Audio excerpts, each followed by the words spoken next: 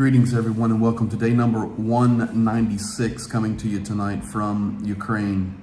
Been quite a day. In fact, over the last couple of hours, we've been under air raid alarms as well as the entire nation. There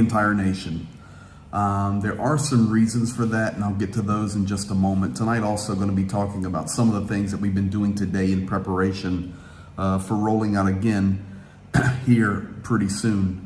There's a lot of behind the scenes work that has to happen, and we've been knocking it out step by step by step. So thank you for being here tonight. Thank you for chatting. Thank you for sharing. Thank you for communicating. Thank you for doing all that you do. We're going to jump right in, already getting late at night here in Ukraine.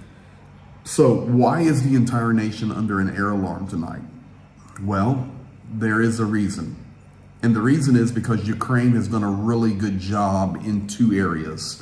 And those two areas are Kherson and Kharkiv. Ukraine has made some gains. They've pushed back on some territories, raised the flags in a few villages. And I know you say, well, that's great, but there's still a lot out there. Yes, there is, but there's moral victories, and they are making some good pushes on certain areas that connect to important highways. So we're very thankful for that. Of course, Ukraine is still controlling the supply line there at Nova Kakhovka and doing a great job with that. So with those two things going on, and in addition to that, Zaporizhzhia nuclear power plant down there in Inogorodar across from Mariupol is in a state of chaos. Right now, there is so many accusations that are coming from Russia against Ukraine, against the United Nations, against the United States, and Ukraine also is going right back because that nuclear power plant, as we well know, has become a center of nuclear terrorism. I can tell you today that it is continually being shelled in and around Inogodar, and it's becoming very dangerous. How dangerous has it become? It's become so dangerous that Irina Vereshchuk, remember the lady in Kyiv who is out of the president's office responsible for green corridors and trying to get people out of dangerous zones, has put out a specific plea today for anyone who is able to get out of the immediate vicinity of Inogodar. That would include across the river in Mariupol and many of the other surrounding towns and communities, typically within a 50-kilometer radius. Why? Last night I was telling you that we're waiting on more information as far as the radiation levels, and we were unable to confirm those today, but what we were able to confirm is that the power plant is continually being shelled, and it is extremely dangerous down there. Unfortunately, Russia is accusing today in the news over here, the United States, of attacking the nuclear power plant. You heard it here. Accusing the United States of attacking the nuclear power plant. And of course, we're not. Ukraine is not either. Russia is shelling that power plant to create conditions of chaos. And if that's what they want to do, they're doing a really good job because it is chaotic in and around that area. Now, I can tell you here in a few days, we will be in and around that area. And we're actually working on some things. We may be pulling out some evacuees. We have some specific places that we will be going to, not only to deliver food, because there are some towns that have none, but we also worked on some things today where we're going to be delivering specific military supplies to that region. I can tell you what they are because I'm getting ready to show them to you. We're going to be delivering camouflage netting down there to the soldiers and to the front, as well as some medical supplies and other things that they need in addition to the food. This is going to be a very big run. We are looking at a couple of vans, couple of trailers, and a caravan to do what we need to do. We'll roll in, we'll drop some supplies, we'll drop a trailer, we'll leave it at a place, and we'll keep moving. Tomorrow we've got to do some repair on the white van, put some tires on it because it's They're bald and we're putting tires on it. But we're doing great, and a lot of preparation is going into this upcoming run into the south and the east. And of course, you'll be right there with us as much as possible.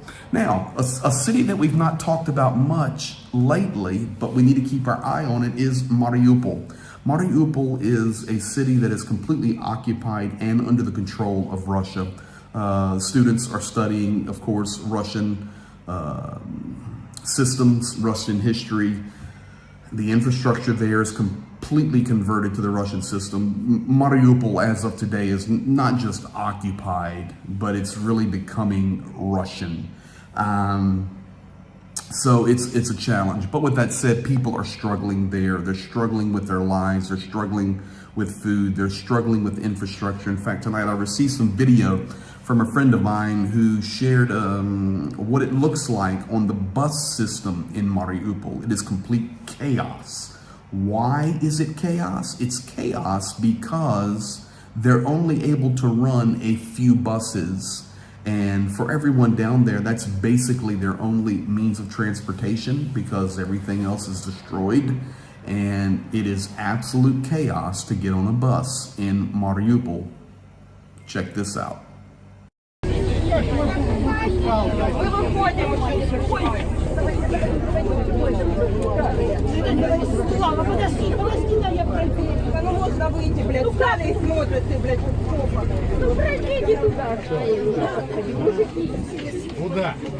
Absolutely unbelievable. Could you imagine having to deal with that every day? It's ridiculous. It's absolutely ridiculous. But we're sharing it and we're showing it to the world. Now, I want to talk to you tonight and show you that one of the main things that we are here to do is support people. And one of the forgotten people groups here are the senior citizens. It's a challenge for them right now to even survive. Even in cities where there's infrastructure, like today here in Khmelnytsky, we were in a grocery store having to purchase some supplies for some volunteers who are making camouflage nets that we will be delivering to the front. And while there, Zhenya come upon a little granny who was unable to, she had a little bit of money, and we got in line behind her and bought her cabbage for her and did a little surprise. You're gonna see that. You're also gonna see in another grocery store where a little granny, I'm just gonna be honest with you. I saw her looking at a thing of coffee and I walked up to her and I said, "What's going on?" She goes, "It's so expensive. I'm not gonna be able to have coffee." So we looked through the shelf and I said, "No, not only are you gonna have coffee, you're gonna have the very best coffee we can find." And we made her day. Folks, this is what it's about. This is why we're here, not just to support the military, but to spread the love and be on the ground and show that we care. I'm representing you. It doesn't matter what nation you're from. If you're watching and are part of this community, I'm representing you. For all of our church family there at Bethel in Greenville, I'm representing you. Every dollar you've given, every prayer you've prayed, every tourniquet you've bought, every chest seal you've bought, you guys are with me. And we're spreading the love, and it's vitally important. So check out these clips, and then we're gonna move into the netting and the camouflage netting. Gonna give you a behind the scenes look at that, where they're building those nets. It's actually off limits to cameras, but they let us do a little filming and allow us to share with the world what's going on. So here you go from the inside in Ukraine. Let's check out the grannies first. No. Что это? Супер. Да? И... Окей. 95 грамм. 105 гривен. Дорого. Хорошо. Нет, Да. я пенсию получу. Я знаю, ты пенсионер. Ой, боже, да вы что?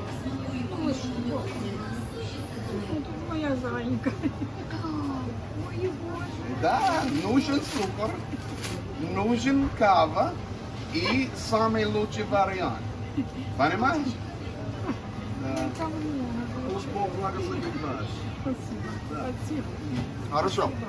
Удачи.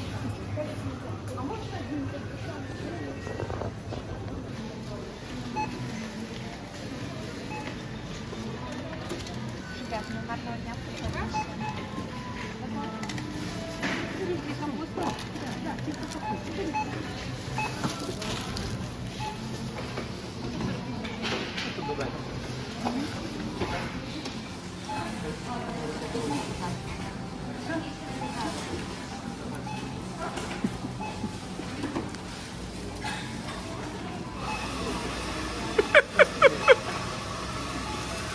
What'd you do there? Bought Granny's cabbage? Yeah. That's what we do, man. Hey, one day I will be old. Exactly. You're getting there quick. Sometimes. All right, we're getting a lot of supplies here for the volunteers who are working on On military making, stuff. Yeah, making the Camouflage nets. Exactly. Yeah, so we will support because they bake for volunteers something. Yes. So we're gonna feed them, and they're making nets. Super. Having any part of it? Getting ready to roll out. This is what you have to do. There is, you know, Yeah, we can see them here. So this is what. you can see there is a process of cutting. See, Yeah. Cutting the fabrics. it's not easy. No. And All of this you see. okay, these are made and ready. It's prepared for the cutting it out. Now, So they designing, I mean, making the special like colors for different types of forests Right. or the fields, or we will bring this time the black ones. so it could be brown or green or black. Black for Okay. making it fake objects. Okay, so Like if did you just give information away? No, it's okay. We're carrying black ones. Nobody knows where. Yeah. Nobody knows where we're Yeah, going. but we will carrying the black ones. Okay. To make fake objects of attack for attacking. Beautiful. Yes. Awesome. Thanks, man. Tell them thank you for letting us see, because this is a no video zone. Yes. So thank you. Спасибо всем. These people, they're volunteering here. They are real heroes of Ukraine because it's the other side of the war. That you don't see. Army. Yes, and I mean, even little children here. coming, Look at here. giving good example. Children, some of them going right after the Super. job time, work time hours, and they coming here for volunteering. Слава Україна. Героям слава. Да. Скажіть, що жінка ця із окупованої території? Із Харкова? She's з Харкова. Харківської області, мабуть. Харків? Мы были Самого там. Харкова? З Харкова, з Так, Харкова. тому що Харків не окупований зараз. Ми Ні, тільки от з приїхали. Харкова, з Але Харкова. ми приїхали з Харкова. She's a refugee. Я she- понял. Ні, ну не окупована, ну Maybe де from some of the обстрілює, parts, є Да? from like South Africa or something like that. Мы были. Мы были на Северном Сауте. 2 дня назад, да. Олексіївка, Салтівка. Мы помогаем. Мы делаем все возможное. До победы. Будь ласка, будь ласка. Дякую вам, дякую. Будь ласка. And to have like a standard size, you have to have 6 parts of that. So, no, it's 6 squares like this. It's Right. a standard 1 unit. Okay. Wow. Super. So it's 12. It's 12 triangles. Yes. Да. Wow. Зараз покажу з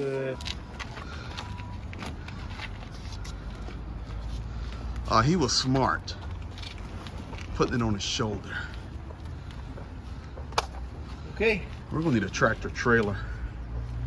But that's a good problem. Yeah. It's a good problem. We'll figure it out. We need the trailer. Yeah, We do trailer. not have it yet. No problem. We need to reserve it and do rent. Okay, let's do it. Reserve and rent. I can't see you. Come on. Where are you Hey at? guys, we have a war in Ukraine. Why are you staying there? Load yours. I'm loading it. Okay. Now you're involved. Hey, we're involved. Yes, you involved. People are making these nets, and faking the HIMARS And the targets. we're taking them to the HIMARS. Let's go. So, our guys make no, not this one. Yeah, the other one. Wait a minute. That's our charity fund there. And here's the cool thing about the black ones. The black ones, they just told us, they'll make fake HIMARS or fake other significant weapons and then cover them in these black. And the Russian military will think that it's HIMARS and they're already gone. So good idea with the black ones. What idea of the black ones? It's a good idea, using them as deception. Yeah. Man, Man, our guys made Russians spent missiles for I don't know how many. to blow up wooden boxes. Yes, billions, and they already seems to me they're counting it, and so we've got in Ukraine 20 of HIMARS. Oh yeah, you need to tell everybody how many HIMARS have been destroyed in Ukraine. Yeah, so in reality we got in Ukraine about 20 HIMARS. We have 20. 20. Yeah. So Russian seems to me at this moment they destroyed 44 from 20, and in reality they like to destroying all of that stuff. They're You know, destroying the billions, nets they're we're spending taking. the billions, the things for wooden toys, you know, like which looks like HIMARS, even covered, blah blah. Hey, blah. but tell everybody, you're not joking. It's in the propaganda and the news that they destroyed 44 Hey, HIMARS. I believe in the people who watching it. Yeah. They are more than smart. Oh, to- Solovyov knows everything. So to make a fact checking, Yeah. please go through all the process and check everything. It will be our And land. as a reminder, you know, we're having a little fun here, but we're telling you the truth. You're seeing front hand what we're doing, but the reality is their number one targets is terror and people. Yes. So So this is they cannot find our technique. This is why, I mean, some of the reason they need to use their missiles. This is why they, just randomly fire. yeah. That's where the limitless supply comes in as a problem. We All need trailer. Yes, we get in the The trailer. real one. Let's go get one. Скільки тут? Luke. So the bottom line is we're heading now to get some coffee and tea to give these people. Yes. So There is a group of people at this moment, about 60, who coming regularly for volunteering and making it. making the camo nets. Mm-hmm. And so we're not only helping, are you ready for this? We're not only helping people that have no food or need supplies. Mm-hmm. We're not only helping the military Mhm. with equipment Mhm. and medical. Mm-hmm. We're also helping the volunteers who are helping the military. Yes. It's pretty good, isn't it? Yes, it is good, and we help each other here. This is the only way we stand together. Yep. You need to clean the windshield. I'm not getting good video out the windshield. Thank you. Here we are in Khmelnytsky, Ukraine, and this is very cool. They are already changing street names to bring notice to the war.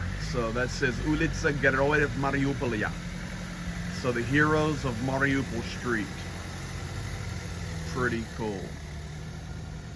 Nations coming together, man. Coming together. Good evening from Ukraine. My friend Sasha. You know, I've been telling you guys for 196 days that this war is not about language. And yes, the Ukrainian language is beautiful and it's important, but here people speak Ukrainian, they speak Russian, and you know, I want to give you an example. So Sasha's going to tell you tonight. Мы были магазин близко, the Upanasa. We were at a magazine. Sorry, he doesn't understand English. So we were at a store just up the street. And I'll do English and then translate it. And then we were buying something, and I spoke to the lady in Ukrainian, and the person working spoke to me in Russian. Я говорил, я платил, и я говорил дякую на украинский язык, и она говорила русский язык. Да? Да. Это война, это не о язык. Да. This war is not about language. Это война, это Путин война, like genocide, genocide, да? Fact? Факт. Правда. Here you have it. Starry. Сам ти старий. No, but you're getting the truth right here in the middle of the night in Ukraine. So there you have it, guys. That's a good overview of what's happening in and around Ukraine up to the minute here, and also what we were preparing today, getting ready to head down south and out to the east. I can tell you tomorrow is one more day of preparation. Black van's ready to roll. Of course, that's our new one. White van. We've got a little bit of work to do tomorrow. We have a NASCAR pit stop coming up. We're going to put four new tires on it and make sure that's all set up. Make sure the engine is ready to go, and we have to get trailers. We have some full loads that we're going to be taking, a lot of supplies to the military, a lot of food to towns and villages that have none, and we may even be doing some evacuation runs. We've got some special contacts with some families that are just asking for major help. So that's where we're at, and we'll keep you updated to the moment. As always, peace to you tonight and peace to Ukraine. You guys have a good night. We'll check on you a little bit later.